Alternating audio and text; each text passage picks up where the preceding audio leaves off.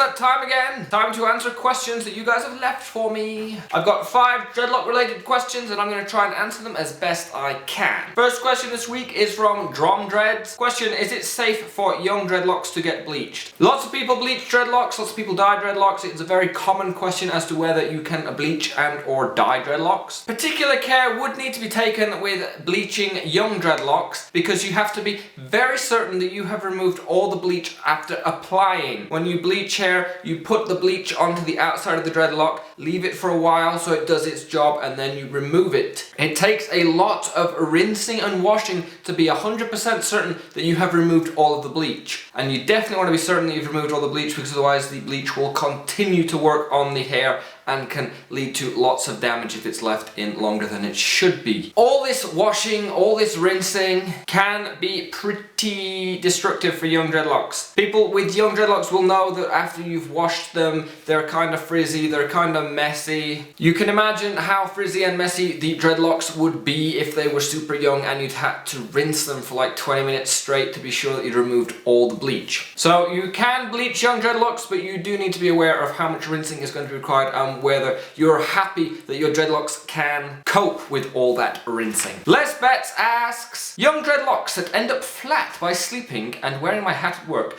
will those flat ones eventually get round again or should I palm roll after showering? Dreadlocks are soft when they're young and soft things can get flattened out and they have no reason to stay round because they're soft. Have a round shape, squash it because it's soft and it will stay squashed. Whether that's from sleeping or wearing a hat, doesn't really matter. If it's flattened out, it'll stay flat until you round it out or it gets pushed back in the opposite direction. You can palm roll them if you wish. Palm rolling will round them back out, but pretty much only round them out until you next lay on them or next wear your hat. As the dreadlocks get older, they will tighten, they will compress, they will get stronger, and they will become round on their own. They get tighter from all sides and end up being rounded out by all your day-to-day things. And so if you are particularly kind of bothered about how flat they look on a day-to-day basis, you can palm roll them while they're drying. You can get the towel, and when your towel drying, you can go like this and it'll give them a bit of a rounder shape. But it's not something you need to worry about because over the long term, they will round out by themselves permanently. Pelican Frog asks, I was wondering if you as a dreadhead were to get lice, if you'd be able to remove the lice without cutting/brushing out your dreadlocks. Lice are certainly not something that you'd want to get in your dreadlocks, although I don't think anyone really wants to get lice, whether they're dreadlocked or not. Despite the myth that dreadlocks are all full of bugs and creatures and creepy things, lice are no more attracted to dreadlocks than any other hair, and fortunately, lice can only be transmitted via,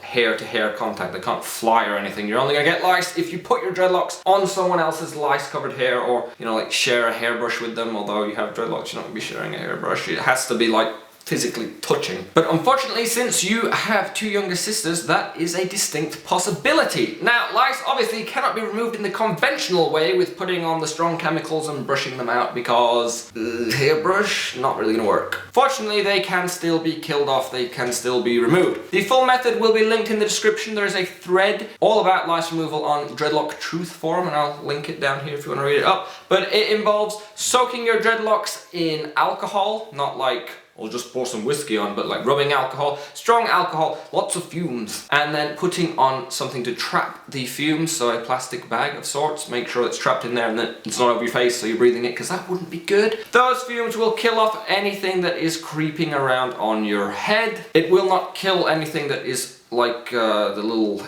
egg nasty things. So it will need to be repeated, and it gets repeated every few days until everything is gone, and then they will all be dead because they will all suffocate and die. This method works pretty well for dreadlocks because dreadlocks will soak up the alcohol and it will stay there, whereas with normal hair it will kind of just run off. That is the method that I would go for if you are having a lice problem, but fortunately it's not something that I have ever experienced, nor do I know anyone that has had to go through it themselves, although it is obviously a possibility, just how it is possible to get lice with any other hair, unless you're bald. Mixie Hoops asks, dread morning, how do you deal? I've never had to deal with dread morning myself. I've cut bits of dreadlock off, but I've always still had a full head to console me. As a dreadhead, my advice would be, if you're going through dread morning, if you've recently removed your dreadlocks, start some new dreadlocks. Obviously, a lot of people remove dreadlocks because they are not in a position to keep the dreadlocks. Maybe you could just start a few secret ones, some partial ones at the back. They'll shrink up, they'll be underneath your hair.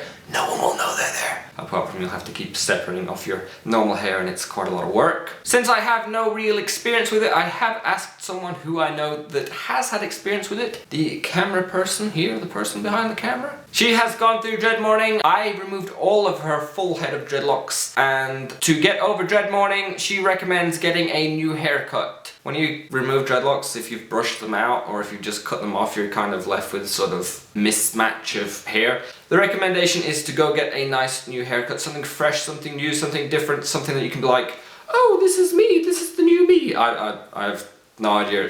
I don't remember the last time that I had a haircut, but apparently that helps. Cass Diaz-Hosa asks, what are some things you can do to encourage young dreadlocks to straighten out? As my dreads are slowly starting to tighten, they have gotten a few little loops sticking out.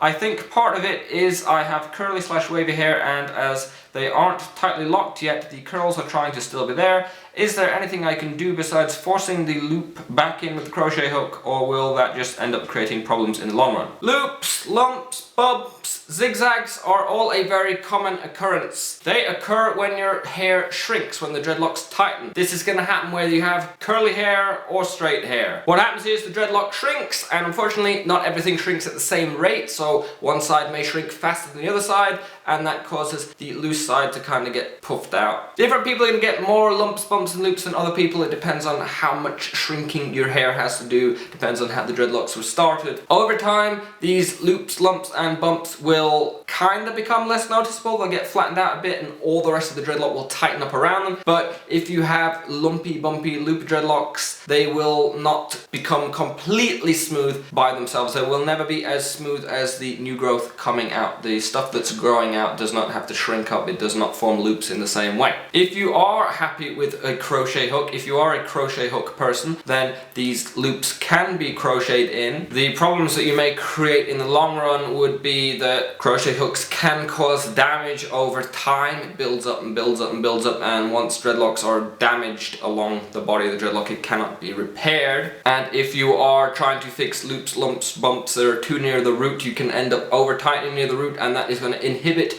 the roots locking up and can stop the root from, maturing as it otherwise would. What you can do otherwise is that a lot of people have noted semi-reasonable results from palm rolling the dreadlocks while they're damp. So once you've washed your hair, once you get out the shower, once the hair is still wet, you can palm roll, you can incorporate into your drying. I like to dry my hair with a towel, and you roll the dreadlocks between the towel, and this can help encourage the dreadlocks to shrink a little bit more evenly. But the lumps, bumps, loops, it is natural, it is to be expected, it's normal, it's good, it is a visible sign that at least some parts of the dreadlock have started to tighten up. Even though for a lot of people the lumpy, bumpy, loopy stage is not their favourite sort of stage aesthetically. Those are my questions for this week. If you have a question that you would like me to answer in a Q&A video, you can either leave it down in the comments section of this Q&A video, or preferably the latest Q&A video. Write question at the start of your comment and it will join the queue. Otherwise, you can join the Lazy Dreads Facebook page at facebook.com/lazydreads. Each Tuesday I post up a status asking for questions. Whichever question as a reply to that status gets the most Facebook likes by the time that I next come to film a Q&A video